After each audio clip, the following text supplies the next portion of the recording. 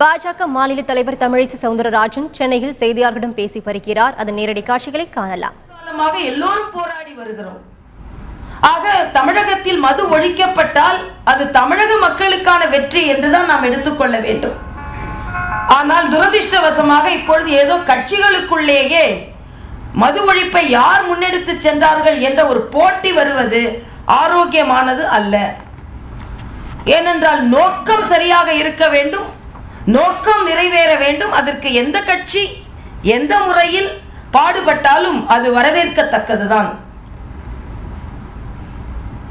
பாரதிய ஜனதா கட்சியை பொறுத்தமட்டில் பூரண மதுவிலக்கு கொண்டு வர வேண்டும் என்பதில் நாங்கள் தீவிரமாக இருக்கிறோம். அதே நேரத்தில் தமிழக அரசு எவ்வளவு விரைவாக மதுக்கடைகளை மூட வேண்டுமோ அவ்வளவு விரைவாக மதுக்கடைகளை மூட வேண்டும்.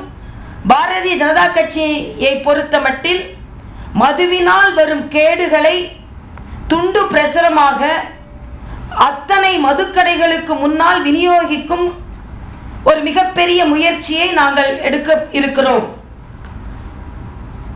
மது குடிப்பவர்களே அந்த தீமையை உணர்ந்து மதுக்கடைகளை புறக்கணித்து எவ்வளவுக்கு எவ்வளவு மதுவினால் வரும் விற்பனை வெகு விரைவில் குறைக்கப்பட வேண்டும். அதற்கு மக்களே முன்னெடுத்து செல்ல வேண்டும் இந்த போராட்டத்தை. பெண்கள் போராட தயாராகிவிட்டார்கள், எல்லா இடங்களிலும் போராடுகிறார்கள். ஆண்கள் கடைகளை, ஏனென்றால் கடையை மூடிட்டா எப்படி சும்மா தானே இருக்கணும். அதனால் இப்பவே அதற்கு எல்லா கட்சிகளும் ஒருமித்த கருத்தோடு போராட ஆரம்பித்த இந்த நேரத்தில் நிச்சயமாக தமிழகத்தில் மதுவிலக்கு வரும் என்ற நம்பிக்கை எனக்கு இருக்கிறது. எவ்வளவுக்கு எவ்வளவு விரைவாக அதை நடைமுறைப்படுத்த வேண்டும் என்பதுதான் இப்பொழுது நமது கோரிக்கையாக இருந்து கொண்டிருக்கிறது.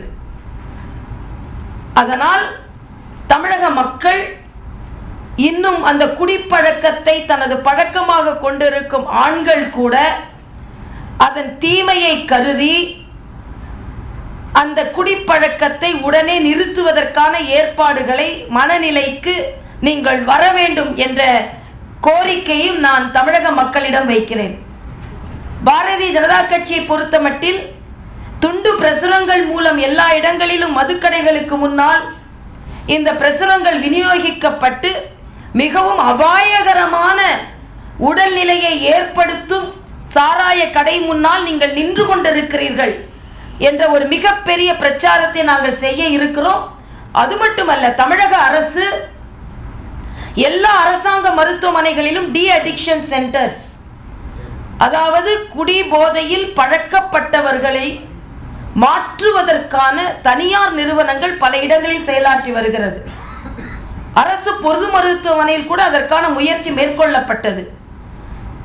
தமிழகம் முழுவதும் உள்ள அத்தனை மாவட்டங்களிலும் மருத்துவமனைகளில் குடிபோதையில் இருந்து தங்களை விலக்கிக் கொள்வதற்கான அந்த டி அடிக்ஷன் சென்டர்ஸ், போதையிலிருந்து மீட்கப்படும் மையங்கள், போதை மீட்பு மையங்கள் செயல்படுத்த வேண்டும். பாரதிய ஜனதா கட்சியின் சார்பில் இலவசமாக சென்னையில் இந்த போதை மீட்பு மையம் முதலில் தொடங்கப்படும். அதன் பின்பு எல்லா மாவட்டங்களிலும் அந்த முயற்சி மேற்கொள்ளப்படும். ஆக முயற்சி எல்லா பகுதியிலும் இருந்து வர வேண்டும் என்பது பாரதிய ஜனதா கட்சியின் கோரிக்கை. ஆக இந்த நடைமுறையில் நாம் நம்மை நடைமுறைப்படுத்திக் கொண்டால் மதுவில்லாத தமிழகம் விரைவில் அமையும், எல்லோரின் போராட்டமும் வெற்றி பெறும் என்பதையும் நான் இங்கே தெரிவித்துக் கொள்கிறேன்.